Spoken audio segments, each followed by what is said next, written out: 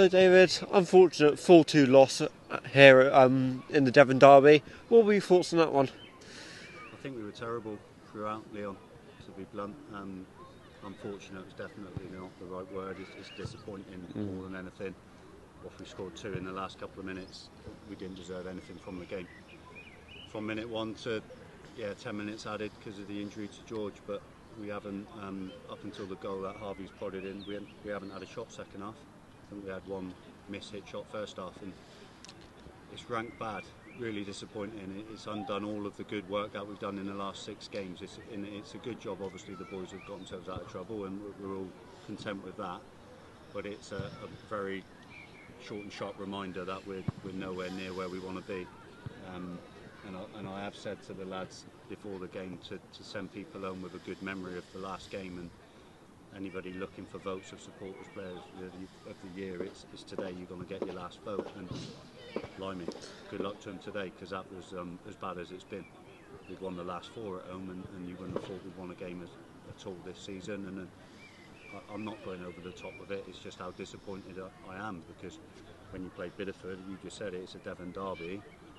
They've got so many qualities in their team that I need, in terms of the legs, the enthusiasm, the power and pace that they've got. And yeah, if I could have some of that alongside our quality when we show it, then we'll be better for it. But that's where you analyse it and need to get to work as of now, really.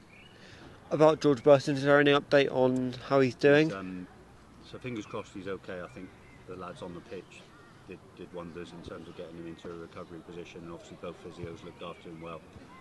And you saw yourselves that he came round and was able to walk or stagger into the changing room. They've taken him off to hospital for precautionary reasons, but there's no doubt that if he concussed, he was out cold for a good minute or 2, and that's worrying. Nobody wants to see that, and fortunately he did get to his feet in the end, and I think it'll go without saying that'll rule him out of next week, and he needs to recover well, and that's the bigger picture. There's more important things than the scoreline today, is making sure that George is okay and can rest up and recover. Ryan Guppy stepping up into goal. Yeah. Was that a decision you made straight away?